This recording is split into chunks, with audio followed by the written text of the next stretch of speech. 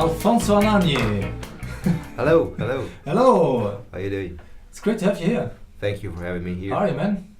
Doing fine. Musician, sound engineer, always busy. Working, you just finished your newest album, right? Yeah. So it's gonna come out soon?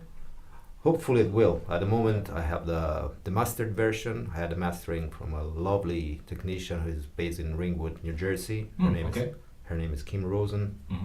She did a fantastic job. And now I'm, negotiating with a small label so that, we're trying to get the best out of that in terms of promotion, press office, and that kind of thing. Nice. So, before we start, for everybody who doesn't know you yet, what's your background? Where you from? What did you do what was young Alfie like? How did you well, maybe not all the parts, maybe well, it was a little different and how did you come to get to know the music world and so on? Well, honestly, the passion for music, it started when I was a kid. Mm-hmm. I think I really started when I was five years old. My mom used to tell me that she couldn't feed me when we were eating unless I had a small like a record tape or cassette with music going on. Really? Yeah. Otherwise I kept screaming like young children do. It's basically just like today. Exactly. The thing went on.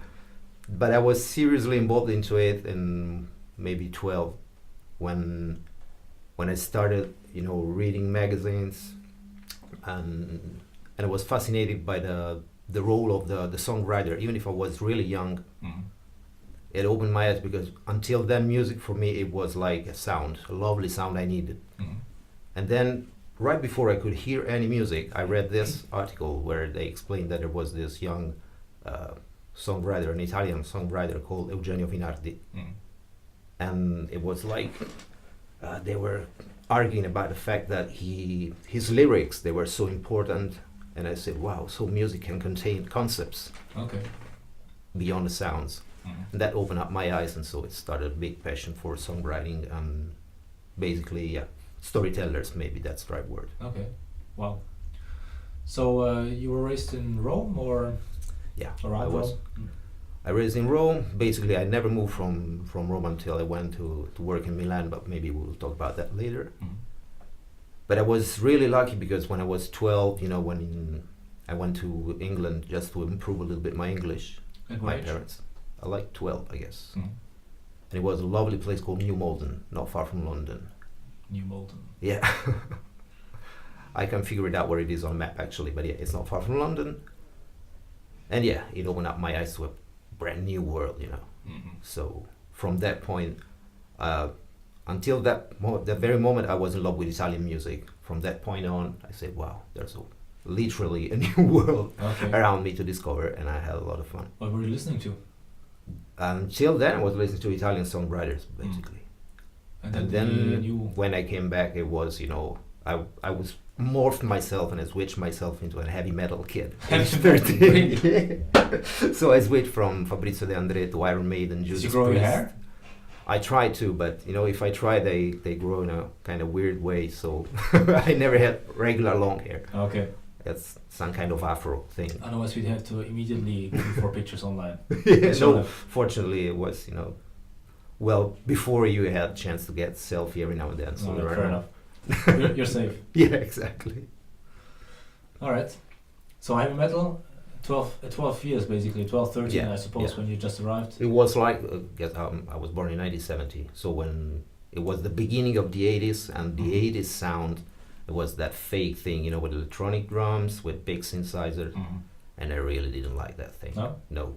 To me, music was supposed to have big, overdriven guitars, So, yeah, I literally fell in love with, it was called like the new wave of British heavy metal, something like that. Wow. There was this big acronym, was NW, blah, blah, blah. And yeah, I kept, what's called headbanging, when you have long hair and you do like that, or air guitar. I've been to a concert or two. Exactly. By mistake, but I've been there. Yeah, that was my thing, Oh, wow. So just every now and then I could appreciate also, I don't know, for some strange reason it comes up to my mind, I used to listen to Paco de Lucia, which is completely different, it's flamenco. Oh, I love his flamenco, Yeah. Great That was guitar style. I was completely unconscious about music, so I only could follow my instinct. Mm. And for some strange reason, a nylon string guitar could cut through this wall of overdrive guitars I needed to listen to. Wow. And I kept listening to Italian music, but not too much, you know. Mm. The passion and love for Italian music, it came back later. And so, when did you start playing music? What did you start with? Like everything I do, it started when I was a kid, and it was really slow because basically, with a couple of exceptions, everything I've done in my life was self-taught. Mm-hmm. So my approach was, okay, I like Pink Floyd, for example. Sure. And I could understand by searching in record shops there were this collection of chords or how to play well before the YouTube tutorials. Mm-hmm. You know, you didn't have anybody who could click. Horrible world before we had YouTube. Yeah, it was slower. It surely was slower. Okay, so I remember spending hours and hours trying to figure out what basically the chord shape on the guitar. They were drawn on a piece of paper with the lyrics, and you could try to guess how to lay your fingers on a guitar. Mm-hmm. I had an acoustic guitar, and I think I've been playing "Wish You Were Here" by Pink Floyd for a couple of years. Every couple day. of years. Yeah. And I started busking, even if I was really shy, but I felt the need to have like, not a feedback, but honestly to perform probably. Mm-hmm. So I went to the biggest underground stop in Rome, which is the Termini, the head station. Sure. And it was a slower and easier world probably back then. So police, they didn't bother you if you were right there. I mean, a teenager with a guitar, I think I will be given like what today could be €1 in 6 hours. I wasn't that good probably. But I wasn't there for the money. I was there for trying to see my reaction to people's reaction, and that's the core of music to me. Okay. It's something mutual. I express myself, I give it to you, see your reaction, and the process, it's self-powering, if you can tell that. And it encouraged you then to continue, or did you continue studying it yourself, or did you I ask did. for help? I've been really, I consider myself really lucky, okay, because I met people that changed my life various times. Okay. And talking about how I developed my music skills and passion. When I was like, I guess 15, I found this teacher, this guitar instructor, who used to give lesson. And there was like a nun, how you call, what's the name of that place where nuns stay? Nuns, the monastery. Yeah, some kind of that. It's not exactly a monastery because I think you're not allowed to get there, but yeah, it was that kind of place. And I used to get there. Meanwhile, I had my parents, they bought me a very cheap electric guitar and a small amp. And I went there, you know, packed with gears like the guitar, the amp, a little stereo cassette for asking him like, hey, listen, I want to play this. How do I do it? Okay. And he was teaching me literally where to put my hands on the fretboard of the guitar. It's a convent where they live. But Thanks, the big Google. thing, he was very, very good teacher. I mean, basically he could listen to a music and say, okay. He was really snob person. He used to do like this every time because he was like better than the rest of the world. So he said, oh yeah, okay. It's like this, give me the guitar. And he could play it right on the spot. And it was like mesmerizing me. But once he couldn't come to this convent or monastery or whatever. So he called me and said, look, if you want, I can't give you lesson tomorrow, but unless you want to come to my house because I'm a little bit sick. I said, okay, no problem. Took my little scooter, went to his house, and you know, that was like the man on the moon for me because when I got there, he had this multi-track recorder. Oh, I heard of those, yeah. That I've never heard of those until then. So he had me recording a guitar. Then he rewinded. It was on tape or cassettes. Yeah. He rewinded it. How many tracks? 4 tracks. Wow. And he said, okay, now you can play something else. And I asked like 7 times, what do you mean? You mean it's not erasing the previous thing I recorded and I can layer it on top of that? And that ruined my life, or maybe made a lot better. Because since then I've been trying to improve the number of available tracks. Until the digital came out, and now there's no limit, so you can have 1 million tracks. Yeah, sure. Yeah. And that was one of the anchor points of my life because he really stimulated me he opened my heart and my mind to the studio, the recording studio thing. And Wow. yeah, that became my profession later years. Mm. Later on, it became my profession, and it's the best time I've ever spent, honestly, Mhm. because I mean I could keep doing that for centuries, literally like 18 hours a day. I used to do that for free for my own pleasure. Really? Yeah. Then I studied it. I mean, my parents, they've always supported me, and I'm so grateful to them for this. They supported me both in terms of, yeah, money to pay you maybe an instruction, but believing in you, and that's really important because I've met millions of people whose family were maybe richer than mine. Yeah. But you just can't give, you don't stimulate a guy by simply saying, okay, here's the money, go do whatever you want. Mm-hmm. If you don't believe him, if you don't believe in him and his skills. So yeah, I'll try to cut it short, but as you can tell, I like to talk a lot. No, it's perfectly. Okay. I want to hear the story. It's And fascinating. yeah, they say, okay, if you're so I mean, they used to see me spending hours and hours with this 4-track recorder that they bought me, so Yeah. it's another support in terms of money. And they said, okay, if you can make a job out of that, so let's search. And you used to have yellow pages back then. I mean, you couldn't Google. I heard of those as well. Yeah, you couldn't. This is for youngest, I mean, millennials and whatsoever. You couldn't Google things until 1985, 1990 probably. So we found on yellow pages like a sound engineer course or something. Yeah. And yeah, I had like a couple of years of instruction, and that opened my mind even more. It was, I'm talking about the good old days where you used to record only on tapes. I mean the reels, those big Yeah. reels, 2.5-inch reel, 40, like 24 tracks. It was the maximum number of track available. And yeah, it was like science, Yeah. You were not allowed to touch them. Yes, you were growing really slowly, gradually. But I think that the benefit of that process of learning, Yeah. that's still useful today. Well, definitely. It's like photography too, like learning how to develop film Exactly. rolls and stuff like that. Yeah. Yeah, because you know every You single understand process. why things happen the way they do, and Exactly. you can transfer that very often into the digital world, no? Exactly. Yeah. Where everything is so quick. Fortunately, yeah, nowadays it is so quick, so immediate, and that's cool. I mean, even millennials who never had this kind of training can do that. But I think if you had that kind of training, maybe you know a little more in detail, then it's up to your skills to turn that into a profession and Sure. to make it part of a happy life you're supposed to search for. Cheers. Cheers. I go with I'm water. gonna get some. I'm gonna get some water too.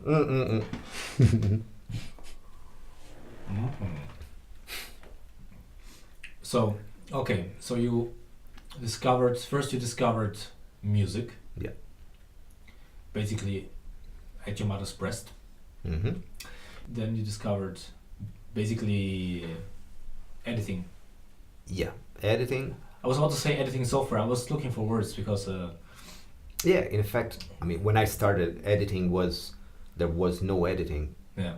The only thing you were allowed to do was to overdub. So if you were playing a lead guitar, a solo, maybe the 90% of that was fantastic, but you had a very bad note on a given point. Yeah. You couldn't cut that, copy and paste. You couldn't see that, and that's all another story. If you want, we can talk about the difference of looking at how music. How the fuck do you do that? You simply had the chance to overdub. So the guitarists were asked to play again. You needed to do that with a technician, or you could use a pedal. It is called punching in. So just let me see if you can find this here on Google. What's the device called? We're talking about a 4-track. That used to be, I can't remember the name. It was Yamaha MT2X, maybe. Let's try it. MT2X. Maybe I'm wrong. For Nostalgia. nostalgia, it's terrible. It's horrible. Alright, no. Middle-aged men memories, like .com. MT2 4-track? Yeah, exactly. Let's see if there's a picture. MT2, let's try it. It was a big, great thing, you know, for just 4 tracks. Yeah. Maybe I'm wrong. If you just put It's a bicycle. Yamaha, yeah, that's the one. The 2 wheels track. Let me see. 4-track. Yamaha 4-track. Those were the brands, you know, there were like a handful of brands. Was Yamaha, was, yeah, that it is. The first one? I guess it was both. I can't see that clearly. Yeah, that one, that very one. The second one. The second one, yeah. Let's pull this up. Jesus. Oh, No, yeah. this is a different one. It was very, Something very like that. close, but yeah, I mean, Okay. it was. Hmm. And you use those, how can you call them? Hissing tapes, because they use the hiss a little bit. Really? Yeah, a little bit, but honestly, the beauty of music was so beautiful that we grow up, we didn't care about a little crack when we were listening to vinyl, or Yeah. a little shh. The cool thing was when you press the play button, it was mechanical, you know, it was not digital. What? No touch screen. Exactly, it was mechanical. You heard like clank when you when you press the play button, and if you were wearing headphones, from complete silence, you heard Yeah. poof, and then the music started. And man, this would be. I was given as a present when I was like 12. This the Walkman, the Sony Walkman, so a Mhm. portable cassette player, Yeah. and I had 2 original cassette I bought. We gotta pull this up also for all the millennials Yeah, listening and younger kids too. I kept listening to Who have those. no idea what we're talking about, you know? Yeah, yeah, and it was Is that the one? exactly that one of those. Yeah, this was what I mean. It's comparable to a today MP3 player you carry around anywhere when you go jogging or. The difference is that it's not 1,000 songs in your pocket, it's like 10 songs in your pocket. Exactly, nice. but guess what? 2 sides. This used to work on batteries, okay? And okay, I talk like a very old nostalgic man, but that's what I think. The beauty of music, it was, I mean, you were buying one of these tapes with 10 songs on it, Mhm. okay? 5 on the side, it was A side and B side. Mm. Artists didn't used to just write a single song, the one that were supposed to be a hit, and then 9 what's called fillers today. Okay. So at first, all the 10 songs were beautiful, and the fact that it was powered with batteries, if you wanted to skip a song, there was a difference between random access or linear access. That was linear. Okay. If you wanted to listen to track number 3, you had to Listen to the other ones. Yeah. Of course. keep, Or you know, the fast forward, Fast forward, yes. button, and that sucked a lot of battery. Mm. So you had to make a compromise. So at the end of the day, the music was good. You know, the 10 songs were beautiful, so you didn't need to skip. Okay. When I met people in the early days of iPod, all my friends, I didn't have an iPod in the early days, and all my friends said, look how cool this is. It contains 77 songs. Wow, cool. And then after 3 months, they bought the iPod number 2 or whatever it was called, and this contains 300 songs. Then at the 7th version, when this iPod could contain like 77,000 songs, I said, okay, man, name me the 3 songs you couldn't live without. Let me think. There is this one. Listen. And he was playing one song for 3 seconds. Oh, no, there's this one. Hold on. Listen. This is... So I know it sounds like an old fart, but maybe when you had a little less, you enjoyed it a little more. Mm. That's a point of view I'm ready to change, but Okay. I'm working on it. I'm not ready to change it yet. Yeah, the world has changed a lot. I don't think it's gonna go back anywhere close to what it was before. Now it's a huge problem because there's so much to listen to. Yeah. So much to listen to, so little time, and basically also you work on something for like a year. Mm-hmm. You work on something for a year, and then somebody listens to it for 10-20 seconds, skips forward, listens to the next song, and then you're out of their head. That's it. Basically. I think that's what's I think that's kind of what's happening today. It probably is. Unless you have like a big fan base or something, maybe. Yeah, or you're maybe so good at creating a good fan base, or Mhm. maybe you're so smart at creating what I call collateral events. Yeah. So maybe you want to be a musician, but you realize that you have to create some different kind of hype Mm. by adding something. Any kind of content, funny videos. Yeah. Basically what I see, what has got a lot of views on YouTube are good-looking women, so to say, or just given parts of the. Strange enough, ourselves. Yeah, cats fighting, purring, eating, fighting each other, and some other very vulgar things I don't want to mention now. So I've seen, I mean, people building careers. Maybe today they're famous actors, and they started with miserable projects in terms of quality and meaning. Yeah. But maybe, yeah, that's a different way. I think the world didn't change that much. There has always been a big palette of things you could choose from.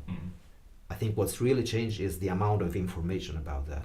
Yeah. Because when I hear people saying, you know, music was so much better 20 years ago, I don't think so. I mean, maybe the bands were not as numerous as today, but yeah, you were not flooded by information, so maybe only the best were promoted and you could listen to them. But today I discover fantastic music every single day. Where do you go to discover new music? Basically on Spotify. Spotify, really? Spotify, YouTube, yeah. So you're supporting the streaming model? Well, they had me. I'm not supporting it because if I had to support something, I'd like to support the record shop. Okay. In my district, in my border, in my country, in my town, because I still believe, and that's another sign of being an old man, but yeah, I like it. I'm not complaining it. There used to be a human relationship with a person who was selling you any kind of good, should it be a record or a bottle of water. Okay. And you created, by having the small shops, you created something really personal. You could trust the man. So yeah, that's something that's missing today. I mean, it's still there, but I mean, to me, it's harder. Sorry if I interrupt you. It's harder to get what you want today, even if you're an unlimited choice in the whole world. Yeah. Compared than before, because we have, I repeat, so many information that it's hard to say, yeah, oh, this is the next big thing in FM rock, American FM rock. Okay. You listen to that, lovely, and then a friend of yours sends you a link and say, hey, look, I know you're gonna love this. This is the new folk singer. Listen to this. And it's so cool. So it's a little bit difficult to permanently fall in love with something, which is my approach to music. I mean, listening to it, memorizing. And it's easy, because if you love something, you keep listening to that. If I talk to you, I mean, if I tell you about Bruce Springsteen, I guess it's something we can share together. Yeah, totally. We could start singing the boss. One song, you know, one Bruce Springsteen song now on the spot, and keep singing it like two stupid babies until the end of the song, because we memorized it. And probably because we love it so much that we kept listening to it 1 million times a day. Okay. So, yeah. Anyways, true, yeah. Spotify and the streaming things are really helpful, useful. Yeah, there's so much stuff out there, and also the way we consume it, as you said, it changed so much. So you think it has to do with the fact that there is so much that we changed the way we consume everything, or do you think it has to do also with the fact that technology has changed, so our habits have changed as well? Sorry, not only technology but also the habits themselves have changed. That our attention span is shorter. That there's so much more we can do thanks to technology, but it also means that we have a harder time focusing on. I think, just focusing in like general. the sum of all the things. I mean, there is none of the things you said were wrong. It's all through. So it's a mix of these things. But I guess I sometimes have the impression that technology. I'm in love with technology. I started using Apple computers when the first Apple actually came out. It was called the Mac. Oh god. The first Mac? Yeah. The classic? The classic, yeah, The exactly. He had like a 3.5 floppy disk. Show them I know. to millennials. It had I mean, I don't want to promote any phone brand, but basically the screen of that computer was like 1.5 of this phone. Okay. It was black and white, not even in color. Yeah. It had 4 megabytes of memory. 4 megabytes. I remember I used to play Shuffle Pack on it.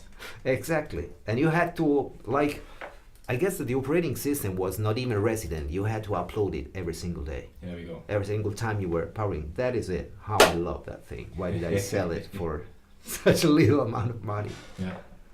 So I mean, I'm so in love with technology, and because it's a tool, you know. Oh yeah. It's a tool for your job, whatever your job is, and then it's also a tool for playing if you like video games or whatsoever, playing music, whatever.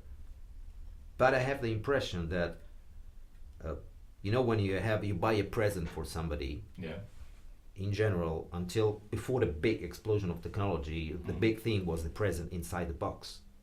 Yeah. I have the impression that today the box containing the present is the cool thing. So you're no longer interested in what's inside. You're interested in, in this. In how it's presented. Exactly. So you have unbelievable technology stuff, and you change it every 6 months because it's, well, I don't know, maybe they improve a little this, a little that, but nothing remains. There is nothing deep in that. You know, it's just consumism, which is a cool thing, cool process. Okay. But with the right focus and the new technology, can't you create something even bigger than back then? Because if you have the same focus that you have, like as you had back then, but now you have all these new tools at your disposal. My point of or view. You think they're distracting so much it is almost impossible to get there? My personal experience is that until I had to work with like digital samplers, so it's still technology, but that was not a software sampler. It was a big machine by Akai. I loved it so much.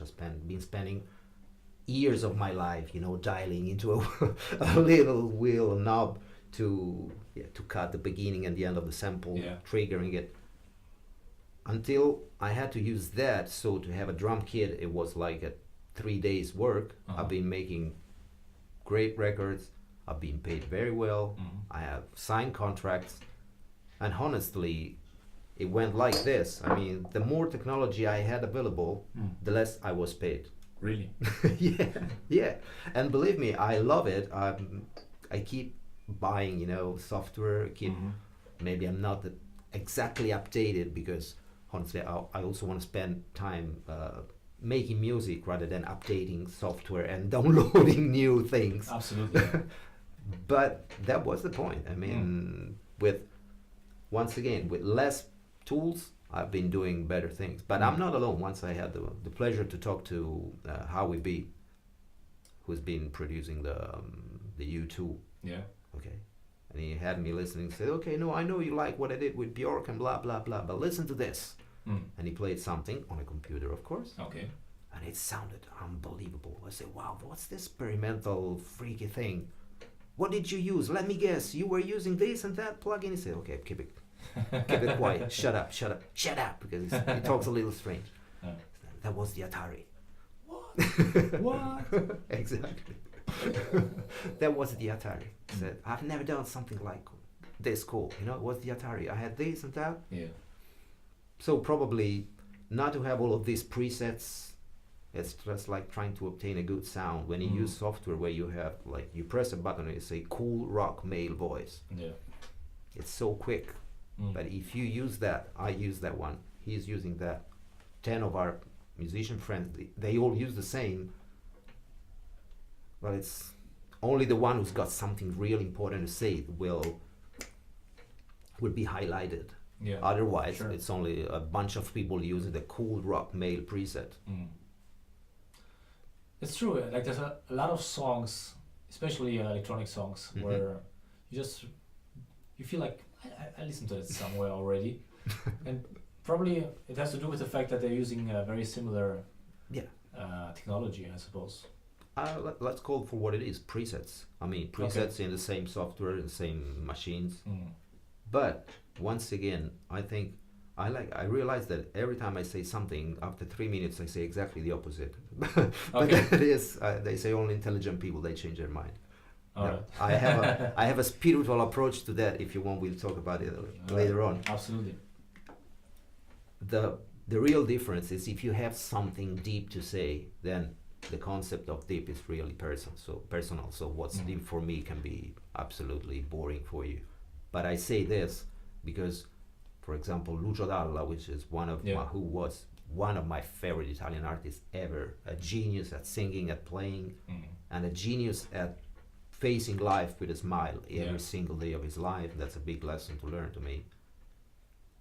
He had an album out, and back then you had to buy like audio loops like drum loops. Yeah. They were on a CD. They were very expensive. Mhm.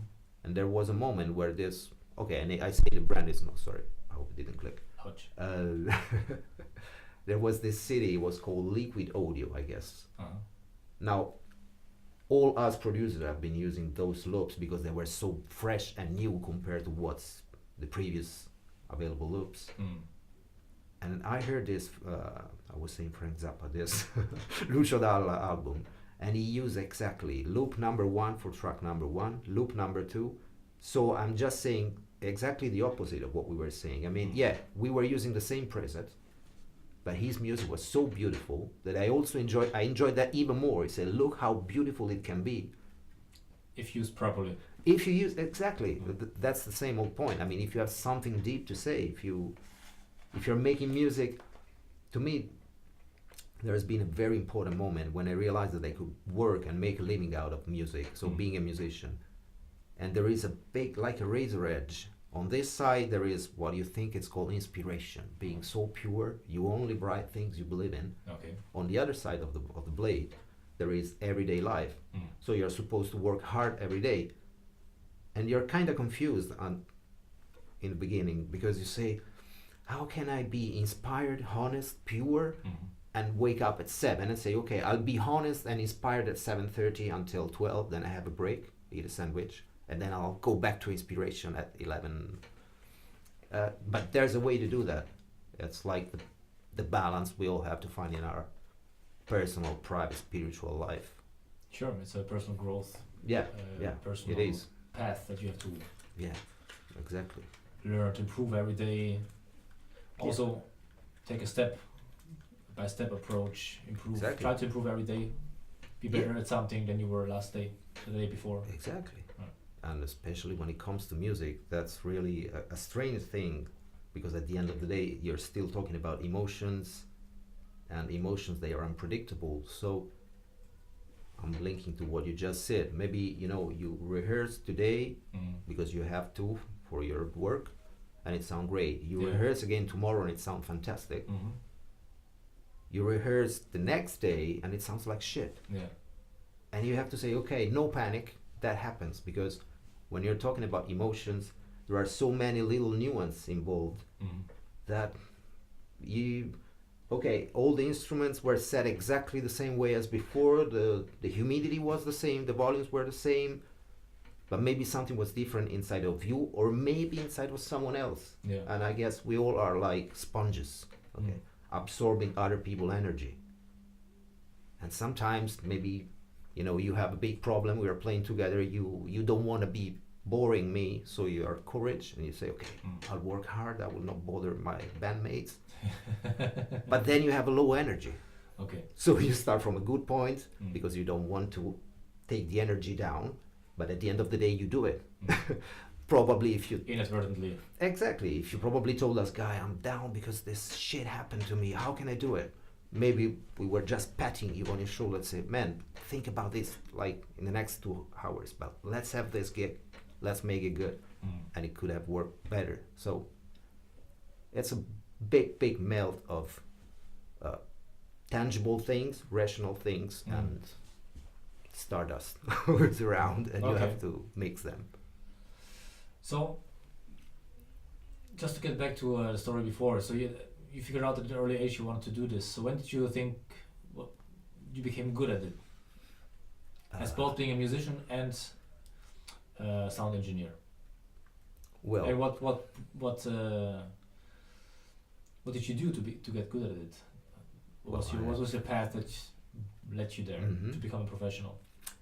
Well, I followed this course where they started from basically concept with physicians, so how the sound develops. I mean, it's like a private course, or exactly a private course that was supposed to last 2 years. And at the same time, I started helping a group of friends at building a rehearsal room. So basically, there was not. I mean, at the end of the day, the work was, hey, I've broken a string. Have you got a guitar? Yeah, take this guitar. Don't break the string. Hey, have you got a cable? Yeah. It was not so inspiring. But it unlocked me to know like thousands of musicians in Rome, my hometown. So it helped me hearing people, comparing, making good friends. Friends I still hang out with today. I'm talking about 30 years ago. I've met them like that. Because I heard somebody playing the guitar and I say, I want to be friend with this man who play with this young guy, because we're like 20 years old. Yeah. Who plays such beautifully, you know. There was something in there, and we still are in touch today. Then from that, I started working my own rehearsal studio, rehearsal room and studio, and I had like this 16-track recorder, always on reels. Okay. So I used to have been recording, I don't know, 300 records of indie bands. And the approach now, look, I don't lose myself that much. I go back to something I said before. The difference when we were using reels, it was that you didn't have a monitor, an LCD monitor, with the tracks going on like this, and you say, oh, that's my kick for the drummer, you know, toom, toom, toom. Oops, again, sorry. So you could only listen to it, and it was so much easier, because the fact that you can visualize what you did can make you unhappy, can make you doubt. When there was no screen, no visual representation of music, all you could do was close your eyes and listen, look someone else in the eye, maybe reading a book but listening. So it was a big training point, you know, because you couldn't have alternative takes, you know. Sure. You had to sing it. Maybe you could sing in the next song, you know, on the next track, and then you could do like this and physically mix the tracks. So the verse of the voice was on this track and the chorus was on the other one. But at first you had to mix that manually, and if you got something wrong, you had to rewind the tape and mix again. And then it was easier. I realized today that when I listen to like Led Zeppelin songs, lovely songs I've been growing up with, in some of them, the Jimmy Page guitar was like God to me. It's slightly out of tune, for example. So they didn't have digital tuners. But I mean, myself and like other millions of people have been spending their childhood repeating that, you know, that guitar riff over and over again, even if in the official Led Zeppelin 3 album, it's slightly out of tune if you use a polytune to check it now. And you did, of course. I did it. I checked it. Yeah. Obviously. I'm about to write him a big email saying the G was out of tune. From that point on, I discovered another very real anchor point in my life was Peter Gabriel. Okay. Because until then, honestly, I was not so interested in synthesizers. Yeah, I used to love piano, electric pianos, but basically all the MIDI side of that, the previous electronic things, they were like redundant to me. For some strange reason, I started listening to Peter Gabriel, and I spent like a couple years reproducing his songs in my house with a 4-track. Wow. And it was not a good training point, because I spent hours and hours listening to that piano part and trying to reproduce it without, I mean, I can barely read music. I'm good at reading music if I have it scored for drumming, because I've been studying drum as well. But basically, I used to do everything by my ear, and that developed a big musical sense in myself. I'm very happy with what I've become, because even if I realize that there are 1 million better bass player compared to me, for some reason, I mean, when I had to play on other people's record, they always picked up my part rather than the part of someone who's absolutely better than me in terms of technique. I mean, I'm not at the super conservatory levels when it comes to music myself, but often I feel that technicality is not the only thing, or it's actually, it can get into your way as well when you play music. That's what I observe. That maybe you can hit the notes the fastest or the most in the cleanest way, but if you don't feel the music, or you just pretend to feel the music, or you don't get the groove right, you know. And then there's, talking about this, I think there's a big difference from live music and recording something. Sure. Because when you play live, basically the louder, the higher, the quicker, the faster, the better. You know, people is let's say, impressed by that. Yeah. When you are recording something, you are supposed to do something, only the necessary, do as little as you can to make things happen, underlining the vocal line, working against it in an interesting way, remaining silent. Look, this is my approach to music. When I was asked by someone to, okay, tell me the best bass part you've ever recorded, I consider myself basically a bass player. Okay. And I had him listening this song. It was a lovely song, a Bruce Springsteen sounding like. Okay. To repeat it again. And there was a part when I say, okay, listen, here comes the best part ever. There was a string quartet we recorded. It was wonderful. And he said, look, listen carefully here. And there was this lovely part. I mean, the music was so beautiful, so intense. And he said, wow, fantastic. Let me listen to it again because I couldn't hear exactly what the bass does. And I had him, he said, yeah, I agree, this is fantastic. Tell me what you did. I remained silent. Okay? The best thing I could do there, as a bass player, was not to play at all. Really? Exactly. I created this moment. I mean, the bass is the backbone of music. Yeah. Just a few people recognize that. But I can tell that the 100% of the people, if you had them listening something without the bass, they will tell, no, it was better before. I don't know why. It was fuller. It was had more energy. But removing the bass for a short period of time in a song can help you to create expectations. Sure. Because that backbone is gone, so you remain like, what's going on? What's going on? You play the bass again, and you take it home again, and you get this big relief. So this is my approach to music. Sometimes you remain silent, and that is the best thing you can do. Yeah. How did the Doors get away with it? I mean, they didn't have a bass, but they had a bass. Yeah, they pedal. had exactly. They had not Ray Manzarek. Yeah, organ. Ray Manzarek playing it. Yeah, I'm never been It's strange the relation I have with the Doors because I can easily tell how good they were. They were innovative. They were good musicians. But it's one of those bands I've never been so much in love with. Was it because of the frontman? Probably, but before, I think that Jim Morrison is the kind of person that you love madly or you hate it, generally, isn't it? Where do you stand? In the midst, because I don't know. I can't say that I hate him. Okay. But I was not impressed. For sure, it was a new thing. He was the very first one to do that kind of thing. Maybe it's not my thing, It's our common friend Frank is gonna hate you now. Probably he's a He's got so many reasons for doing it. We just given him an extra one. Ciao, Frank. Hey, Frankie.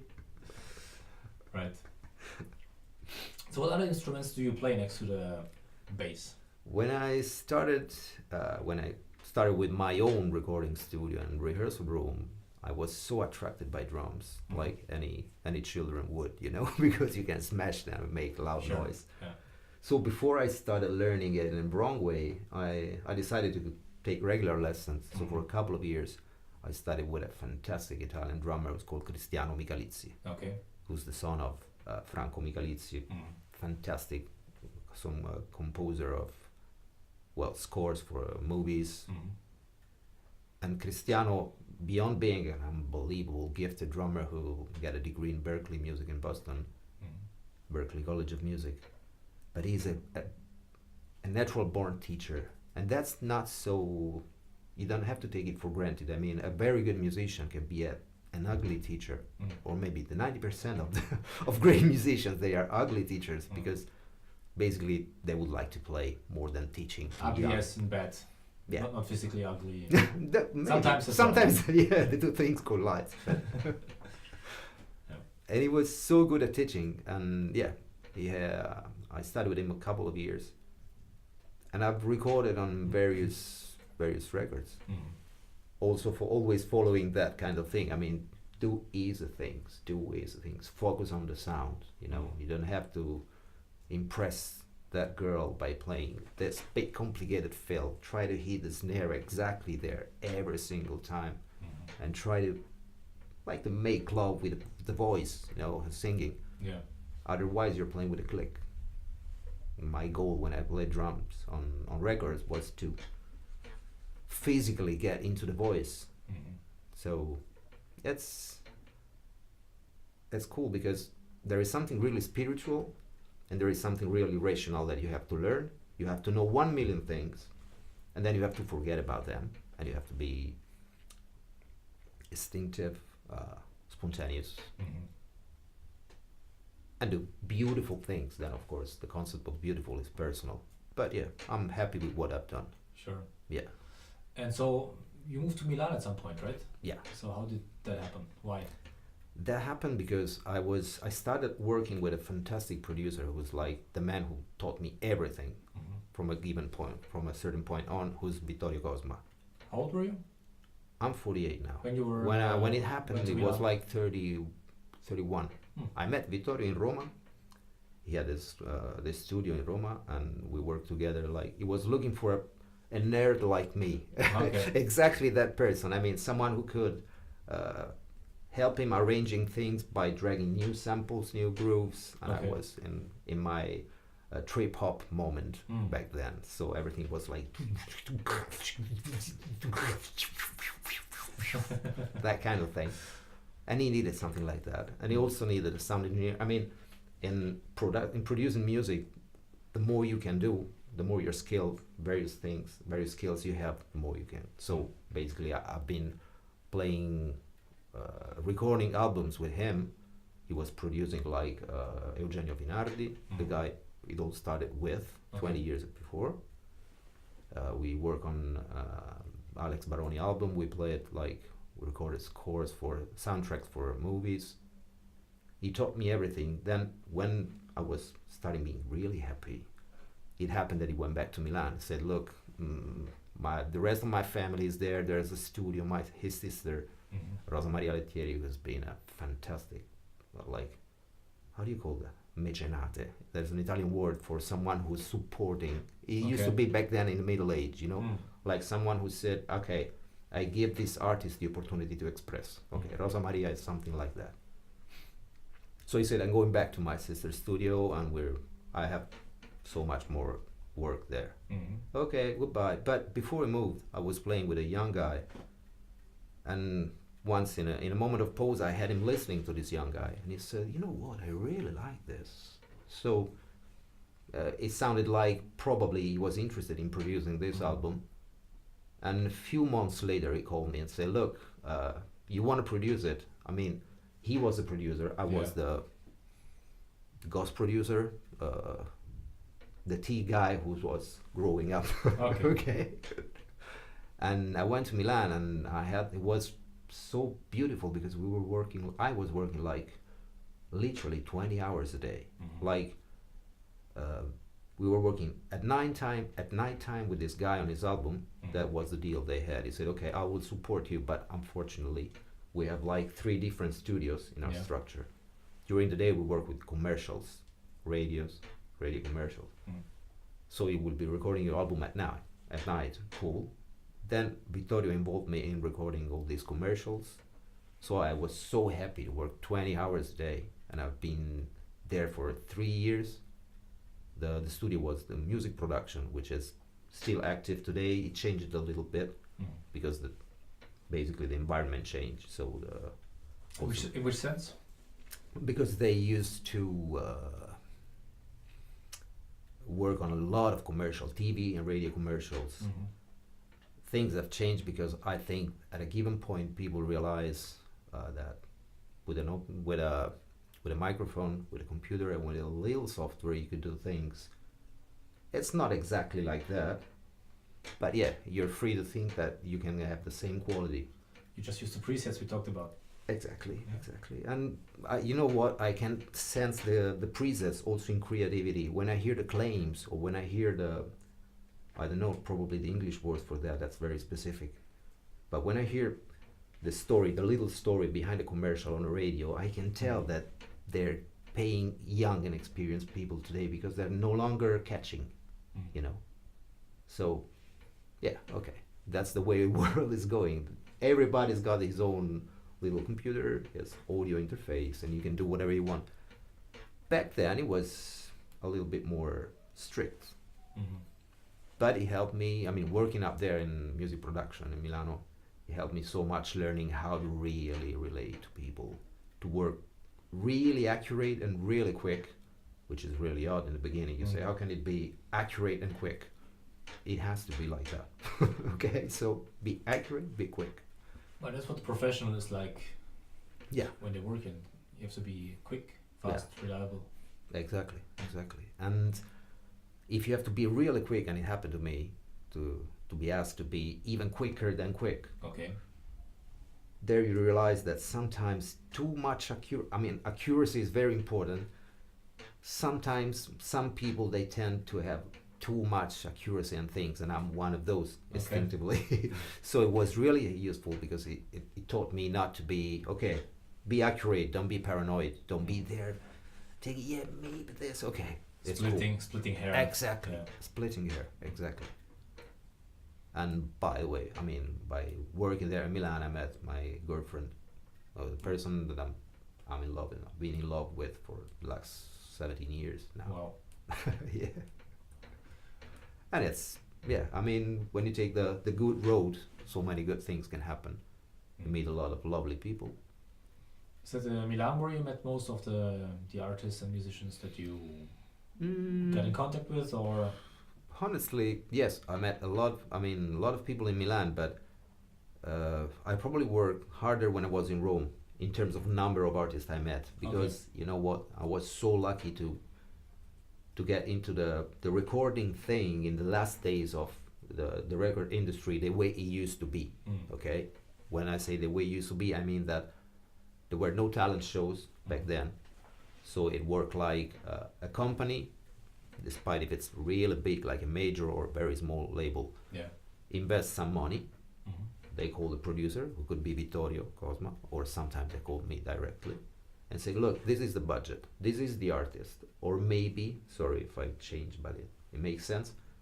I, as a producer, was like talent scouting somebody, in a club, say, look, I like your things, come to my studio and have some demos. Then you could have them, you could give those demos to these labels. They were interested, you were given a budget, you could record them, then they were supposed to promote the music. When the talent shows came out, it changed a little bit, everything. So do talent scouts still exist, or have they been annihilated by all these shows? That's what they call, in America, they used to call them A&R, standing for artist and repertoire, because they are people who are searching for big artists, or maybe people who write lovely songs. They're not good artists, but they're very good authors of songs. I think they still are there, but what's changed to me in the music industry, in the music business, is that since the money are no longer in selling records. It's in life, right? Yeah, it's basically merchandise, cross-selling. Merchandise. I think the big money in talent shows is in the money they make by having you voting for this or that artist. Who do you want to go on in the show? You pick your phone up. Because they make you pay for it, that's why? Of course you do. They make an agreement, that's perfectly legitimate. I mean, they have to make profits. Sure. So it's a business. I've been told of the end of a big record company, a major, like they say, you know what, these companies who are selling apps for mobiles, they make like 2 million euros a day. What? For example, you know? For doing what? Yeah, for selling an app like, I don't know, something like an alternative to Google Maps, maybe. Ah, you mean like regular app software developers? Exactly. Okay. They say, look, they make this kind of money. To have 2 million profit, what we have to do is to find an artist, realize whether he's reliable or not, because maybe he's creative, but he could be a lunatic, change his mind every now and then. Drug addict. So to make this, exactly, like to make 2 million, like most of the artists. Exactly. So to make 2 million, what they do in one day, we should work like 4 years. So they were legitimate to change their mind. And what they do now, they make an agreement with a telephone company. They say, okay, we work side by side with this talent show. When they vote, we'll split, I don't know, any vote with a mobile phone will be like 2 euros. You get 1 euro, I get 1. They make a lot of money. Of course, they don't need artists who are built to last. They need good-looking guys who can sing good, but the quality of music is... It has to sell. Yeah, it has to like to settle. It doesn't have to be too much extreme because it would interrupt the process, you know. If you fall in love with this artist, why should you follow the next one, the next edition? I mean, there's this eternal battle between commercial music and pure music, or whatever you want to call it. But in the end, if it sells a lot, does it mean it's good music? What's your opinion on that? About that? Tough one. Tough one. I don't know. I think I'll start from the end. Sometimes being commercial or becoming commercial can be a big problem, because it's not only a number of copies you sell or a number of views or pay-per-clicks. Okay, you generate some profits. Yeah. It's how you get there. It's if you're happy with that. I mean, think about Nirvana. They were so violent, rude, that they were, you know, grungy. They were the godfather of grunge music. I mean, they were upset too, like Yeah, a lot of anger. and they found themselves selling millions of copies, because back then you used to buy records more than downloading MP3s for free or listen to them in streaming. Napster, hey-o. Exactly, but I mean, Kurt Cobain was not so happy with that, because it's not only you sell this number of copies, you make this money, it's all the rest, you know. So, yeah, bad music can sell a lot of copies. It has always been like that. The typical summer song. As in Italy, we know that perfectly. You know, every year, every summer, we've had this Spanish-sounding thing. In the summer we have the summer song, and in the wintertime we have the Christmas movie. Exactly. That kind of thing. Yeah. But it's okay. I mean, I'm not impressed. I try to focus on what I like, so I'm not disturbed by what's selling a lot. There's so many beautiful things to discover. That Sure. No problem if what I consider bad music sells. So what's your return to Rome? Well, family problems or family. Well, maybe it's not right to call it problems. I'm a lonely child, so my father was really sick. And I knew nobody else could take care of him in that moment. And I realized, I said, look, it's time to give back some of the support you gave me before. They helped me to make my dreams come true, which was actually working with music. And I said, okay, now I'll have a break by working with music, and I'll work like your personal nurse. And I had to stop completely for a couple of years playing music. It must have been tough. Crazy tough, believe me, because I haven't literally gained €1 single for 2 years. Wow. And I had to sell a lot of the gear I flooded my room with gears, to be honest. Because when things were going very, very good, I could afford, you know, I had like 10 bass, 20 guitars, and preamplifiers and microphones and whatsoever. But honestly, it has been, everything was so perfect. I mean, I wouldn't change any single thing in my life if I could go back. Well, no, I would change some details here and there, of course. I'm not. Otherwise, I should have, you know, that sign for the saints on my head. But it was perfect because I wanted to work in the music industry, and I could in the last possible moment, because it crashed down at a given point. When it crashed down, I had to come back. So I mean, yeah, no regrets at all. I had to leave Milan. It was really tough, a little bit tough to be in love with my girlfriend who still lives there, because, you know, it's like going back and forth from Milan. Sure. But distance is a big help when you love somebody, because I personally am, and Roberta, my girlfriend, she's scared as well of living together, you know, coexisting under the same roof. Okay. You sometimes need your time, because probably she's more artist than what I am, even if she does something completely different. So yeah, being distant was, I mean, we're still together after 17 years, so respect. That will tell something. These days. yeah. Or I don't know if it's interesting for the guys who are listening, but I don't know, I say that we're still together. We keep talking, hearing, even if we meet like 4 times a year. But yeah, it's the person I'm in love with. Oh, I'm sorry. Yeah, I could live You said without. it. Yeah, It's I've out said there it. now. I've said it. Hopefully she's not gonna understand it. She's not. She surely will not have the time to watch this. So I'm okay. God forgive me. So, okay, so you ended up on Sanremo at some point, right? Sanremo, for everybody who has not been living in Italy, is this big music festival on TV Yeah. that happens once a year. Yeah. Didn't they start doing that as a event outside of the European event that's happening once a year? The Euro contest, no, how's it called? de la chanson, de la Eurovision, de la... Maybe, yeah. It's a You know really more long than name. I do. You know more than I do. Well, I believe because back then Italy still participated in this European event. Mm-hmm. And then at some point they just decided To go by we've had itself. enough, we can do our own thing. It's I believe surely that- like that. I'm not sure, I'd have to research. Well, I've never searched for that, but you know, I've grown up like this with this myth. Anyone who's interested in music in Italy, when you say Sanremo, it's like Let's see the Holy Trinity, you know. if Google can tell us more. Sanremo.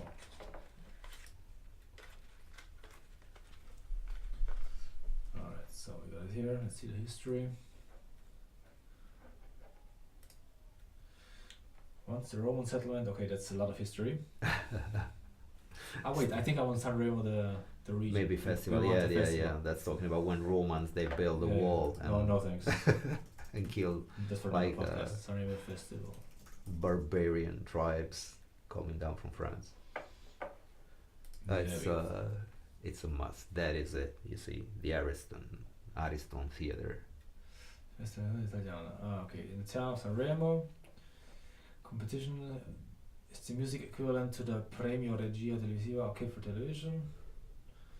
Was held in 1951. Wow, The first one, okay. 1951. The festival is used as the way of choosing Italian entry. Ah, okay, because now Italy re-entered. The Italian entry to the Eurovision Song Contest. It has launched some of Italy's most successful singers, including Andrea Bocelli, Paola Chiara. Yeah. Okay. Well, doesn't say It's how a they start history. it's a big circus anyway. When you get there for 1 week, it seems that you're like in Las Vegas. Even if I've never been to Vegas, but I have the impression it looks like that. You see Yeah, probably. crazy people in the middle of the street. And the conductor of RAI, the public Italian TV channel, rediscussed the idea, deciding to launch a competition among previously unreleased songs. Officially titled Festival della Canzone Italiana, the first edition of the show was held at the Sanremo Casino. Yeah, that's true. I know. That's probably the only thing I knew. Well, it doesn't talk about being competition to the, or a response to leaving the Eurovision Song Contest. So But you know what? probably somebody gave me wrong false information. you Or know. maybe if you just dig in a little bit more, it will be like that. Yeah. Because as far as I know, in the beginning, the RCA, the company, American company, they used to provide valves. It was it's the prototype of big corporation. Okay. They had this. It was basically the only label available. I mean, almost every music was published by RCA. So maybe it makes sense that RCA had like the RCA France, RCA Germany, RCA Italy, and maybe it started from there. But it's an experience that you have to do once in your life. If you like music, some could disagree with this because some say that music is the last thing that Sanremo deals with. Yeah. So tell us a bit about your experience there. About how you got in there. What's happening behind the scenes. Well, I had a lot of fun, but my personal experience is that when I got there, we had like 7 minutes of music in 1 week, because I was producing the album of Valerio Zanzotta, who was in a competition in the young. You know, there are 2 categories. Is that the guy you went with? Yeah. Okay. The so-called bigs, the big ones, and youngs. I produced his album, and I mean, he as the artist, he was always asked. He had to do like 20 interviews every day. Okay. That's really risky for a young guy, you know, because for 1 week you think you are the new Michael Jackson or something. All right. and then the next Monday, probably nobody's gonna call you again. Your phone is no longer gonna ring. So maybe if you have so high hopes, that could burn you a little bit. But you mean it crushed him, or do you mean it crushed him afterwards, or? It happened. Yeah. I mean, I know of people that, you know, for it's a dream that comes true. You're broadcasted for maybe not the first time in your life, but you're broadcasting in the most important music event of the year. That's out of question. On national TV. On national TV, on Sanremo, you know, because basically that's even more important. If you have a gig in the Colosseum, if you play a gig at the Colosseum, that would be important, but not as important as that week, because there's all the mass media, they talk about that for one month before it happens, and they keep talking about that for 1 month. Okay. I had a lot of fun. I could, you know, experience of playing with an orchestra with best technicians. You can't imagine what technicians do there. That's crazy, man. They just imagine that you go there. There's a resident orchestra who's located every year, is located different according to the stage, you know, the choreography, the scenography. But you tend to mix this 40 or 60 piece orchestra with, I, for example, could go there with a drummer and a bass player and and some other instrument, and after 2 minutes, once my song is finished, there's something completely different. So behind the scenes, I'm still in touch with one of those technicians, because you become, it's like being a soldier, you know, it's like being in the army. Wow. If you get out alive of there, you say nothing can kill me now. And it's fantastic anyway, because there's this big theater, the Ariston Theater, who, another curious thing is that until you watch Sanremo from TV, it looks so big. When you get in there, you realize it's all a matter of how it is. It's wide angle lenses. Exactly. I mean, you always do that. I saw that also on a TV show in Germany. I was also doing extra sometimes in some little productions. Yeah. And it's just an illusion, basically. It's like, very often it's like 30 people in the studio, 40, and just use widescreen, wide angle lenses, and boom, done deal. I should probably use wide angle lenses for this studio. Make it look gigantic, you know. Exactly. Put some images down there, or just like a little backing track, you know. People laughing. Train that is coming. Put a train that is coming. Yeah. The image of a train coming down there. Exactly. I loved it. Anyway, it was. I realized that I've grown up, you know what, because there was a woman who was she was the head of the press office, and she was kind of the person who literally took the artist by the hand and said, okay, you talk to this, no, you don't talk to that one, for some reason that I don't want to know, I don't want to know why. Then she also was taking a little care of our image. Now, we were not there to be the new take that, honestly. But if you can improve the way you present yourself, exactly, maybe you listen to it. And I remember that I was suggested to do a couple of things, like like how to dress something, and not to make an expression that I used to do every single time when I play, because that's me, you know, like a strange thing. How do they call that? I don't remember. There's a name for that among guitarists. Maybe it's even a little bit vulgar, so it's better not to remember it. But don't worry, this is explicit anyway. It's going to be marked as explicit, so you can say whatever. Okay. I don't remember it. I would, but I don't remember it. Anyway, I remember that when we were, you know, you're there, people, they all are like shaking because it's live. It's the most important thing, and there are companies who pay fucking a lot of money for buying ads there, so everything has to be perfect on time. And you're literally there with an elevator that takes you up, and somebody kicks you out and say, go. What? And you know that you're broadcasting in front of like 12 million people, 13, 15, 17, it depends.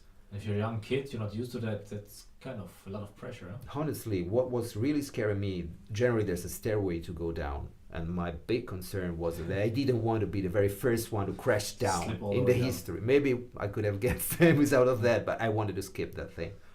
So I had the stairway probably, and okay, first step made. Good, no mistake until here.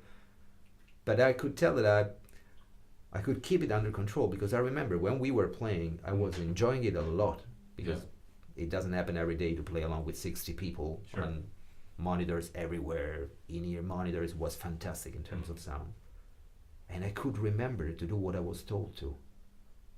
And it didn't distract me by playing. So I could, like, I say, wow, man, maybe I've grown up and I can do this properly. Okay. And it's once again that balance between instinct, being free to do what you're doing, and remembering that there are some rules you have to respect or some things you have been asked to do. And I did it, and it was so beautiful.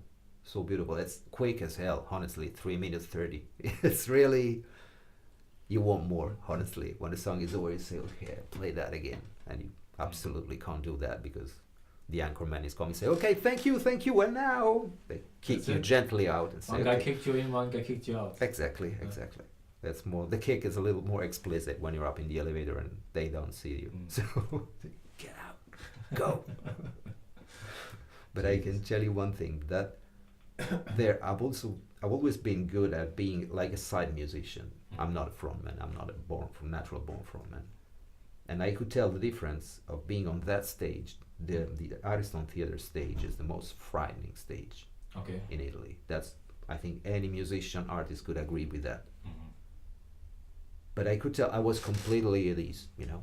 I had my guitar, I had to play rhythm guitar there. I had a lovely Telecaster. And I was like 5 meters away from the singer, and I could tell that those 5 meters away, it made such a big difference, because I think that if I had to be there in the spot, under the big light, and be the frontman, I guess it wouldn't have been as relaxing as. So yeah, I'm happy of having chosen to be a side musician rather than a frontman, because we all have got our own ego, you know. You want to be like the center forward of your football team. Sure. Maybe you realize you're good at playing as a defender. Well, so without a defender, the whole team goes down the sink. So. Exactly. Well, anyway, that we all were born to do our best in a given role in life, in football, in music. Yeah, just gotta find what that is, that role. Exactly. I suppose, Exactly. Yeah. If you're not happy, you try to change, but basically you should. There's a word in psychology. I translate that from Italian. I don't know if it's like resolved.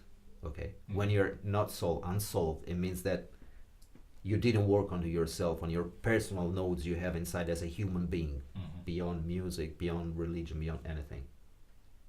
And that's what we all should aim to, you know, to be solved. I agree. Yeah. So you know what you want to do, you know what you don't want to do. That's the very first thing to learn, because you can give yourself a whole lifetime to learn, to figure out what you want to do. But I talk for myself, that's just my point of view. You gotta be really, you gotta do that quickly. I mean, learning what not to do, what kind of people not to hang out with. And I've learned that, and I know it. So, yeah. There you go. Te. As we say in Italy. Yeah, we do. So we'll do another podcast just explaining all the Italian expressions. And all the moves. Just imagine all if all people are not Italian that will have seen me moving like Italian. I should do that a little bit more to give it an Italian flavor. This is the Italian Sal, podcast. what kind of podcast you call me to? And let's have a drink. You're working on a new... No, you said you worked on a new album. What's the name of it? I'm still slightly undecided between those two things. One should be The Great North Run, which is the name of one song. The other possible title, could be If She Could Only Remember My Name. Now I will decide. And what kind of album is it? An acoustic album? Or... It is. It started as an acoustic album. So I set myself some rules, like I didn't want to use the recording studio as an instrument. So I wanted the songs to be reproducible. Can you say that in English? Reproducible, okay.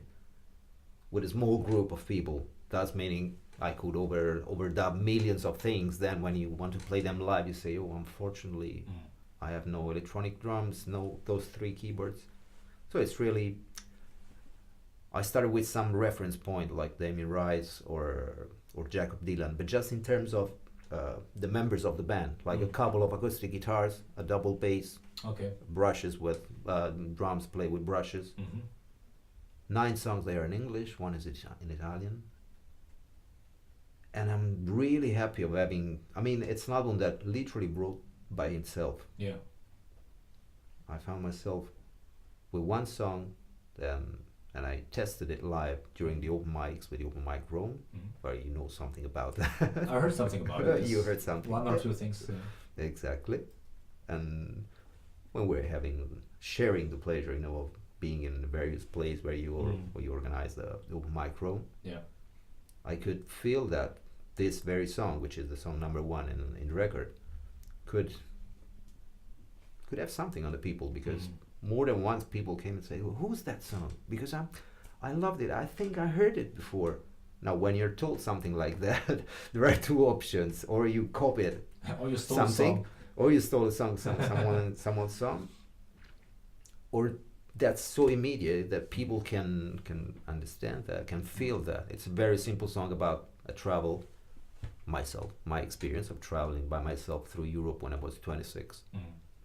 And basically it's not a metaphorical trip. It's really, that's the title is The Great North Run, because it's a marathon that it takes place in Yorkshire.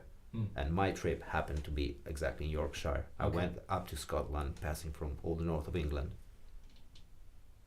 And yeah, it's really, I think anybody can understand that, because it's when you are like 28, you're 26, you're ready to be a man, but you're not a man yet.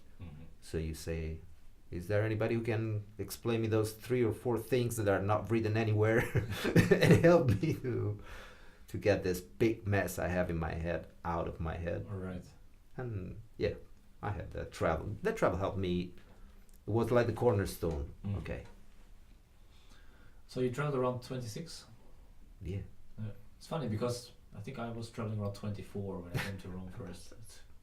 Well, exactly as you say, it's just an age where you're trying to figure out everything. Everything, literally everything. You know, you're who you are, what you want. Yeah. What you're scared of, maybe what you can do, what your powers are actually. Yeah. You face limitations.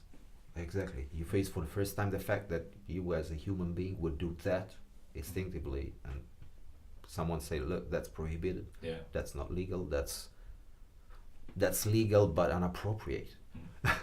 That's appropriate but not convenient. That's say, man, can I just follow my instinct?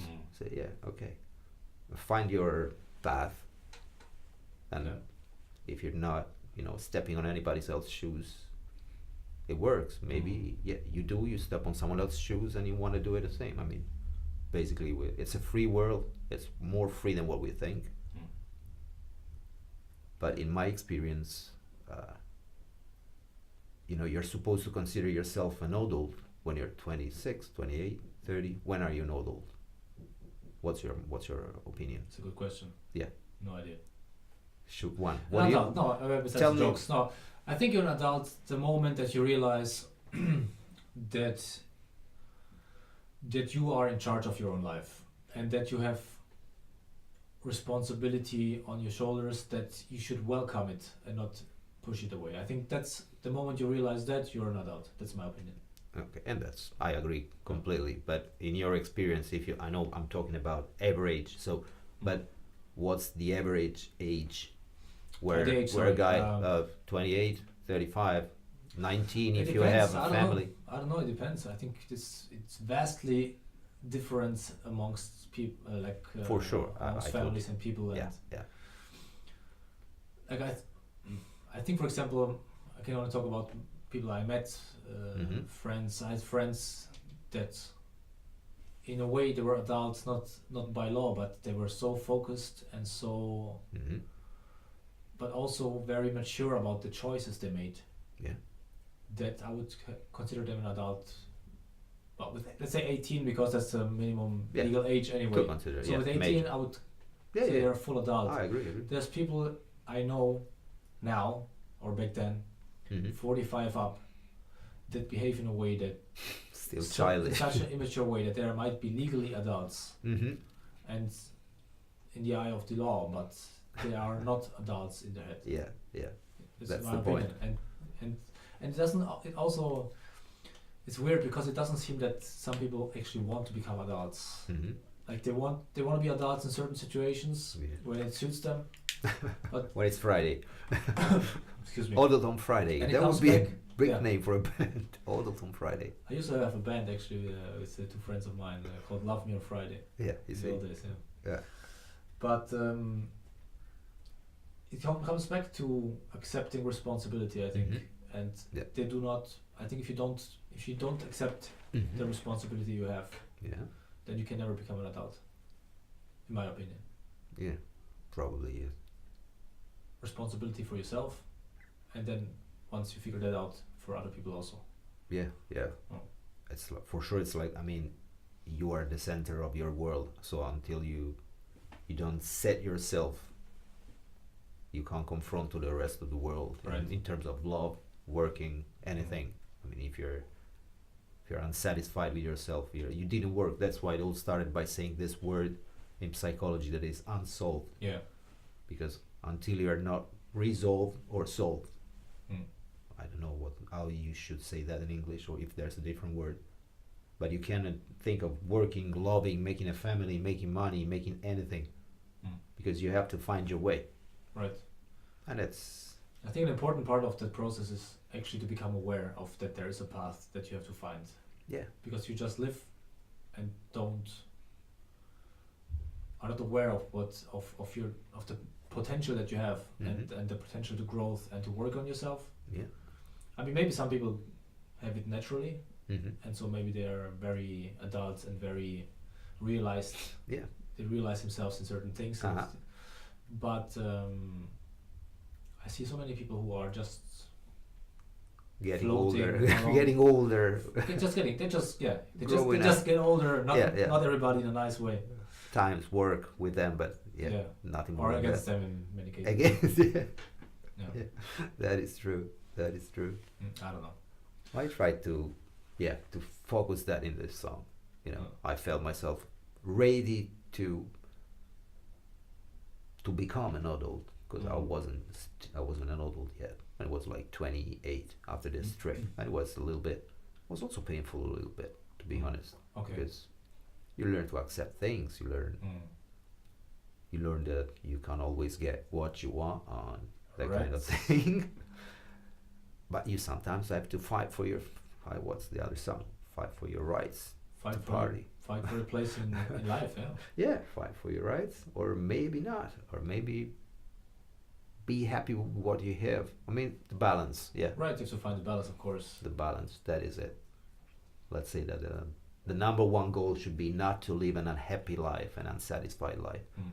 I was unsatisfied at a given point, and I had to work against that. And believe me, it was like having a river going on an uphill. Mm. But believe it or not, I could. It was really, really hard. Yeah.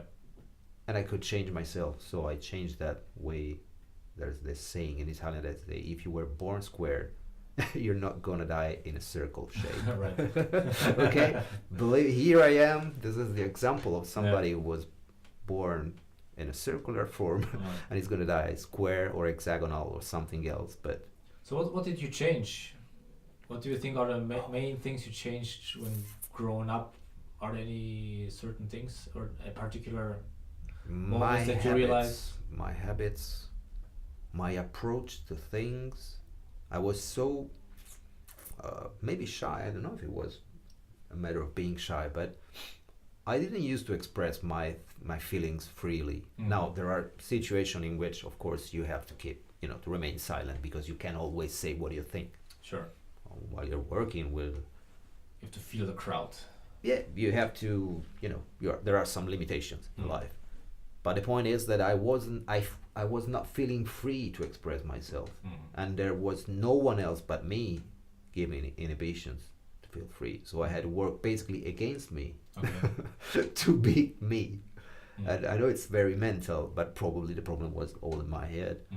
So I had to slap my face in some way, change habits,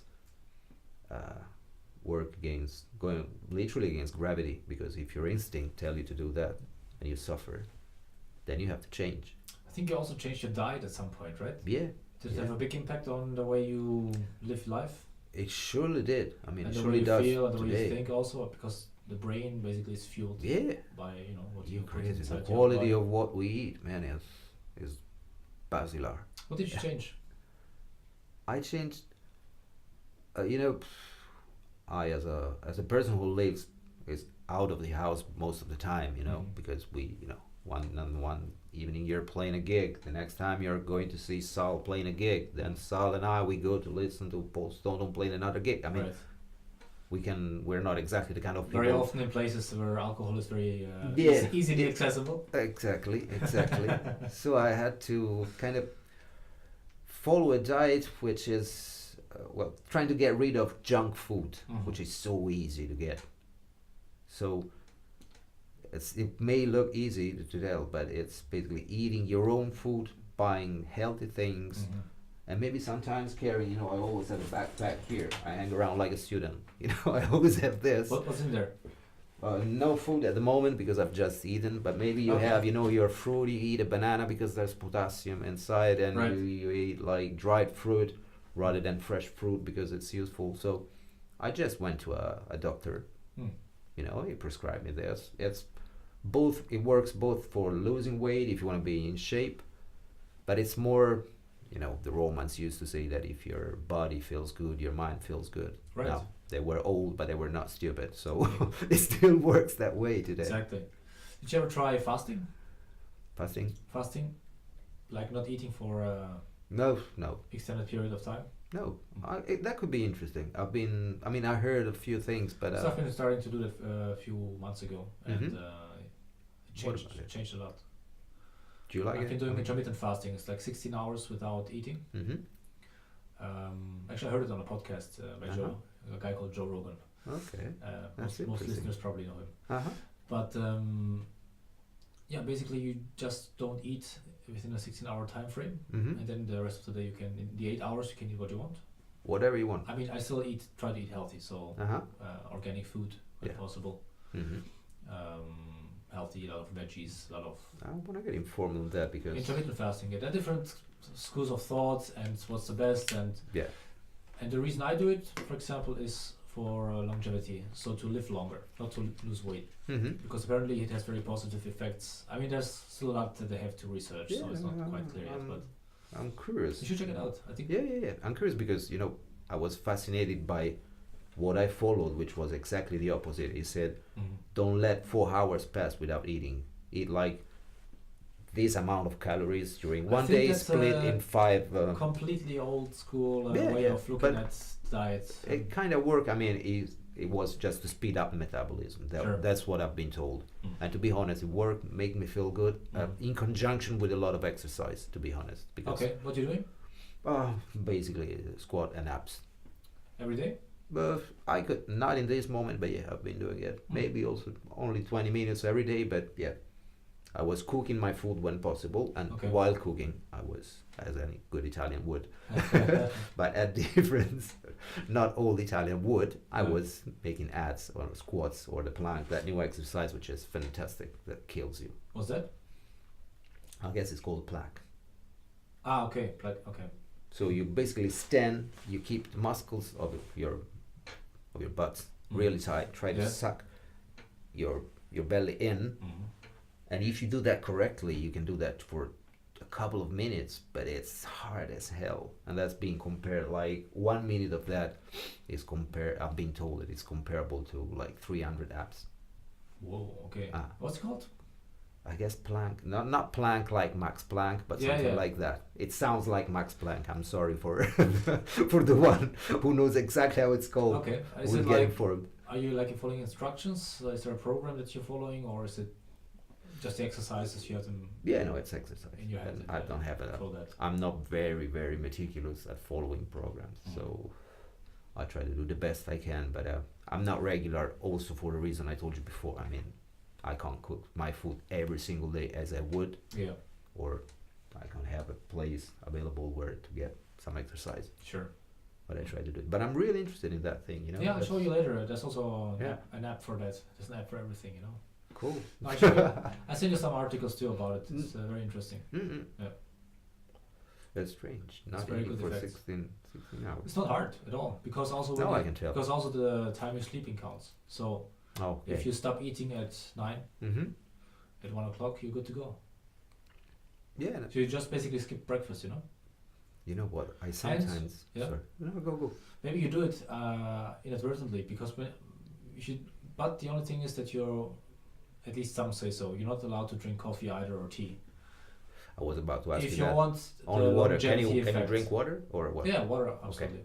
If you want to have the longevity effect, Mhm. if you want to lose weight, then it's fine. Just drink Okay.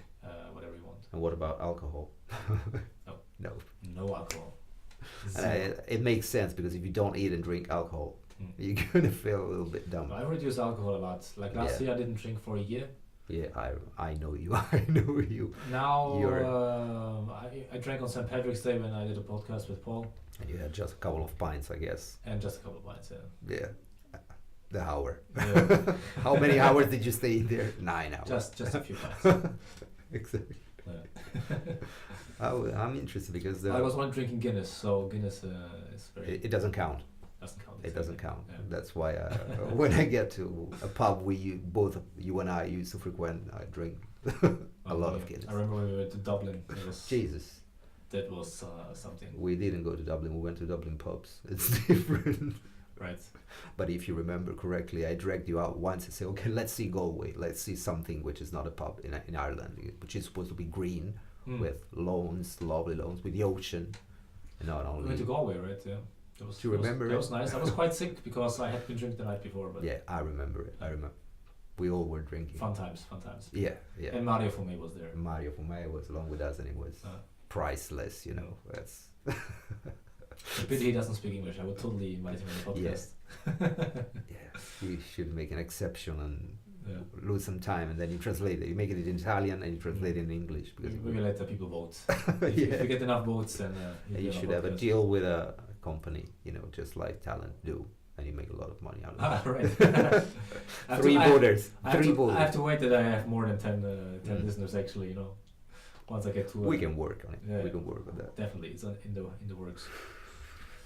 All right, so just to get back to your album quickly. So when do you think it's going to be released, more or less, in the summer? What's Probably your not, goal? because during the summer we're playing a lot of weddings with Italian wedding bands, as you know. So it doesn't make sense to plan to promote that. So you will have time to properly Yeah. promote it. Yeah. So also- probably in the winter. winter time. Okay. In the winter time, and the point is that the various musicians that play on the album, there's a common friend we have, which is Nikolai Banke. Nikolai, yes. Nikolai from Denmark, Mhm. and he was so nice to come all the way from Denmark because they stayed there for 1 year. He stayed here in Rome for 1 year. Yeah. That's when we had a chance to meet and play along with him. Then he went back to Denmark, came all the way back to record drums on my album, and maybe we're planning to do something together, like Scandinavian countries. We'll see that. Yeah, that'd be awesome. That could be nice. That could be Yeah. nice. What I want to do is another thing I've learned. I only want to play this. I would like to play it every single night, but it's music for if you want to sit down, relax, and listen to it. So if you want to dance, jump on, you know, with a drink in your hand and say, Okay. "Let's get a party started," you have to listen to Pink, not to me. All right. Which is surely more appealing than myself to look. So yeah, I'll try to do maybe little, but in the proper places. I mean, if you want to listen to it, that's the condition, and we all are happy because it has happened to me before to play or to be part of gigs or events where Yeah. there was something wrong. You know, there was something inappropriate. So I've reached the age of 48, and I've learned that I only want to experience nice things. Things make sense, and that's a good starting point. So what do you recommend young musician starting living in Rome or in Italy in general, or in Milan maybe? I had a friend of mine over. He's an actor on 2 podcasts ago, and he also plays in the bands. And he told me that Milan is way better for live music at the moment. Well, but Milan is like 30 minutes away from Switzerland, something like that. I mean, it's more Europe than what Rome is. It's quicker, it's more work centered, honestly. But it depends, you know. If you take a look at what's the Italian music scene today, everything started from Rome, basically from one single artist, which is Calcutta. Okay. So that kind of scene, what the so-called indie scene, it's like a cascade from this unbelievable talent. I think Calcutta is a fantastic artist, and he's gonna last for years and years. Okay. And he's from, not even from Rome, from a small town in the same region, which is called Latina, or maybe not exactly the town, but I mean, he comes from the province. It's not from the big town.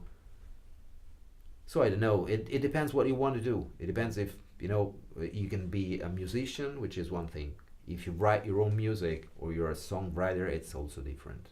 So if you want to be like an instrumentalist and you want to be a session player, there are plenty of very good schools here, but they all are trying to follow the path of Berklee College of Music. So you get a big instruction, you're good at playing everything.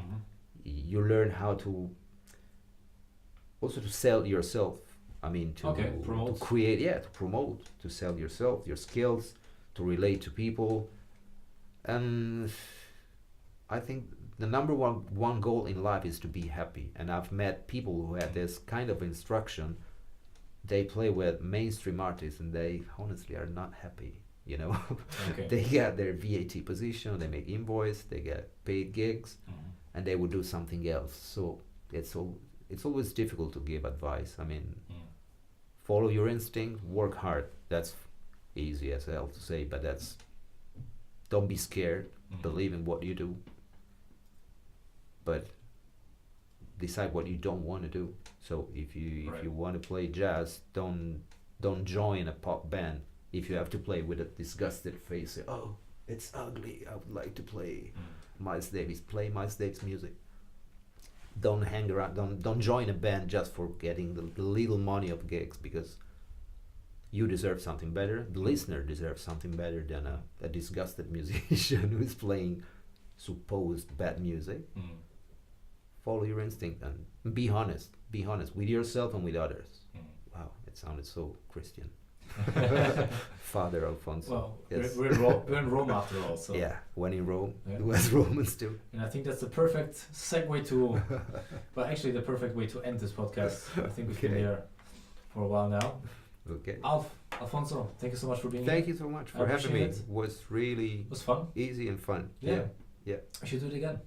Whenever you want. Awesome. Maybe we can play something next time if you want. Right. Yeah. Okay. All right. Awesome, man. Thank you very much. Thank you. Thank Goodbye, you, everybody. everybody. Ciao, everybody. Bye-bye.